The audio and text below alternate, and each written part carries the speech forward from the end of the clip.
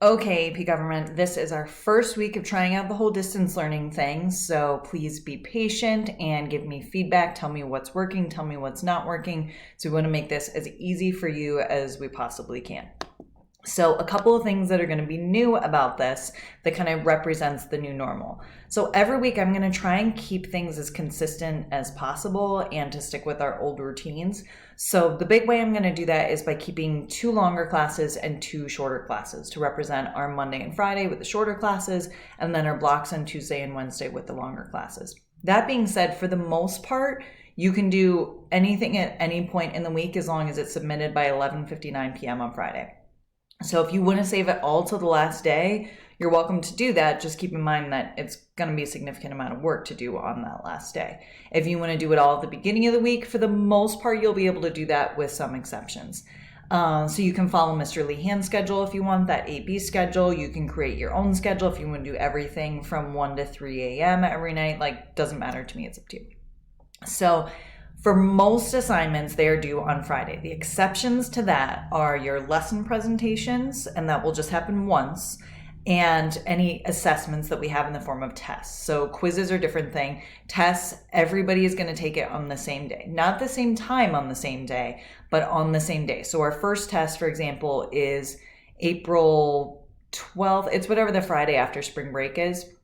So that'll be a 50-minute timed test, and everybody will take it on Friday. But if you want to take it at midnight versus if you want to take it at 11 p.m. or any time in between, that's up to you. So that's really the only restrictions that we have on that. For your lesson presentation week, there's a revised calendar that you'll find in Schoology that's going to tell you when your lesson presentation is. That is subject to a little bit of change because the College Board is making a bunch of announcements on Friday, April 3rd, as to when the AP exams are now going to be, because we don't know what the date is. We know they're going to be a 45-minute online free response question test, but they literally have not told us when that's going to be. So if they keep it at the original date, our calendar needs to speed up a little bit. My assumption is that they're going to push it back a couple of weeks. So that's what I made for the calendar, but we could adjust that a little bit. Jacob, Sam, and Lauren are up this week. I've already talked to them about it. And so they're going to have their stuff by Friday of this week because they're the first ones to go. And everyone else you'll be expected to upload by the end of the day on Tuesday. So by 11:59 p.m. on Tuesday, so that I can then put those on Schoology on Wednesday. So everybody else will have access to it on Wednesday. So the first person this will really apply to is Owen. Owen, your presentation is the week after spring break, so that's part of what's nice about it, is you get that extra week to get prepared. And so Owen, you'll just need to make sure to send me the link to your YouTube video or whatever it is that you decide to do for your presentation part by 11:59 p.m. on that Tuesday, and whenever the actual date is in the calendar. Your tests and your quizzes are timed, but they are open book because obviously there's no way for me to make sure that they're not open book. That being said, there's no way you'll be able to get them done efficiently and effectively if you haven't read in advance. And especially if you're taking the AP exam, the goal is to get that college credit. Your grades at this point aren't a significant concern because for the most part, you guys are into the colleges that you want, and colleges are going to be so flexible about your third trimester grades because of all of this craziness that as long as you pass, you're going to be okay. And so really the goal is to be able to get college credit for this. So please be reading over the course of the week. You guys are going to be kind of bored anyway, so you may as well get your reading done. If you want to contact me, I'm available Monday through Friday from 11 a.m. to 1 p.m. in our office hours. That's my office hours for all of my classes, so don't be scared if you jump in there and you see a bunch of juniors that are my world history students that are in there. But regardless, you can pop in there just to chat. You can ask questions, whatever it is that you need to do. That's when I'm available. So you'll find that link in Schoology, and the link stays the same every single week. And so you can always use that same one. Obviously, you can email me or Schoology message me, and that works too. So in order to keep our consistency, you're going to see this graphic organizer every week. You have seen this every week of our class so far, so I figured that would help you feel like nothing has really changed. So again, you've got these 4 days. That's our usual schedule, but that doesn't mean that you have to follow that. Tests will be on Friday.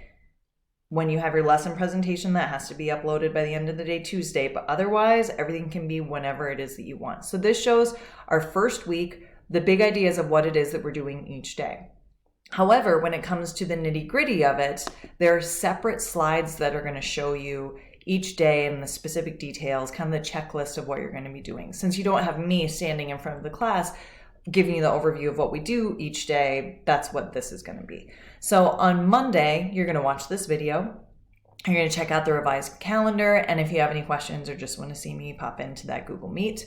And then we've got the Cruel and Unusual podcast stuff. Lots of you have already done the quiz, so if that's the case, then you don't need to worry about it. If you listened to the podcast episode like 3 weeks ago when it was actually assigned, and you haven't done the quiz yet, you might want to go do a quick refresher of that so that you don't miss questions just because it's been a little while.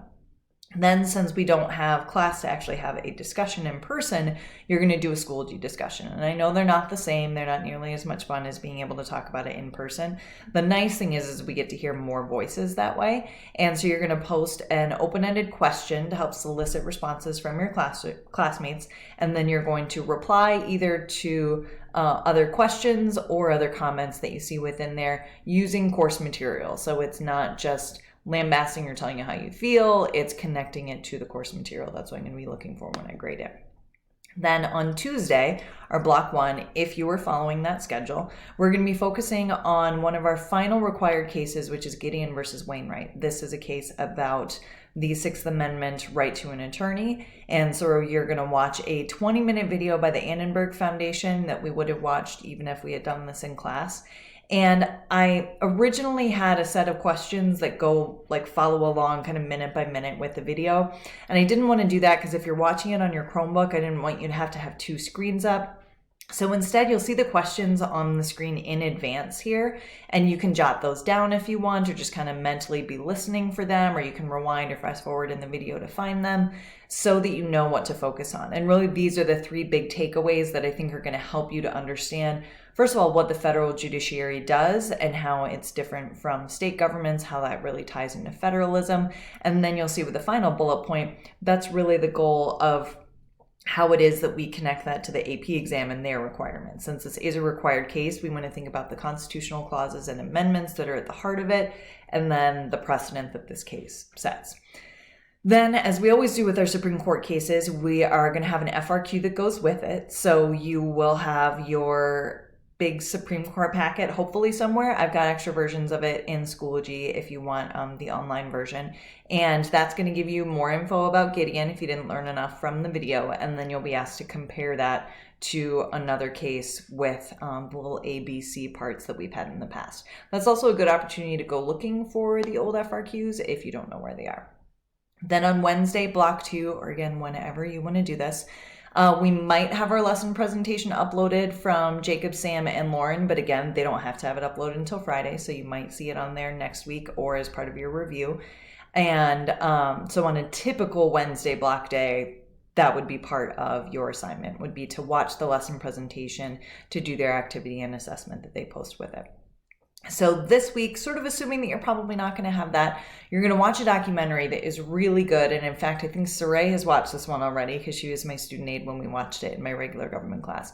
And it's called Supreme Revenge. And it's about things that happened 40 years ago, really, and how a lot of the members of Congress, of the Senate specifically, are still out to get revenge for those actions. So it's very dramatic. It's going to probably make you a little bit angry. And so it lends itself to a good discussion. And my guess is that some of you are going to want to pop into the chat room to maybe talk about it a little bit. But you're going to hear a lot of names that are still really important. Names like Mitch McConnell and Joe Biden, people that get very frustrated with one another over these things that happened a very long time ago. And then they hold on to those grudges and we see them play out in modern politics. So it's going to help you to understand the role of the Senate when it comes to the federal judiciary. Now on Friday, if you haven't yet read and taken notes on chapter 15, that's when you'll be doing that so that you can take the quiz. The quiz will be a similar format to usual as it usually is, but you're going to do both of the short answer questions rather than choosing between them. So that's one slight difference. I also wanted to give you a preview of what you've got coming up after spring break. So this week 1, and then we have a week off for spring break, and then this is what you'll have coming up in week 2. Part of the reason why I put our test when we did is because you'll notice that we've only covered chapters 14 and 15 in this trimester. 11, 12, and 13, we're back in first trimester. So if you can't remember anything that happened first trimester, if 2019 is just a blur, then you've got spring break to go back and start to review some of that material. We'll have multiple review sessions on Monday and Tuesday to help you get ready for that. Owen's lesson is over chapter 14, so that's going to help to reiterate that a little bit. And then the test itself will be on Friday after spring break. It's going to be 50 multiple choice questions, and then you'll have one free response question. So that's where it will have some sort of an image or a scenario, and then an A, B, and a C that goes along with it. So I wanted to give you that preview so that over spring break, you know what it is that you want to be working on. So you don't necessarily need to be reading the next chapter over spring break, because chapter 16 won't be tested for another week beyond this. Really what you want to spend that time doing is reviewing all of your stuff. So I hope that gives you guys an idea of what we have coming up. If you have any questions at all, drop me an email, a Schoology message, or pop it into my office hours from 11 to 1, Monday through Friday. And I hope that we can get through this the best that we possibly can. The nice thing about this is that everything that's going on in the world is really dictated by what governments are doing and how governments are responding. So every time you watch the news, you are helping to study for the AP government exam. So I guess that's the silver lining out of this whole situation. So I'm excited to see you guys back in class, whether that is virtually or in person eventually. And so in the meantime, take care of yourself, and I miss you.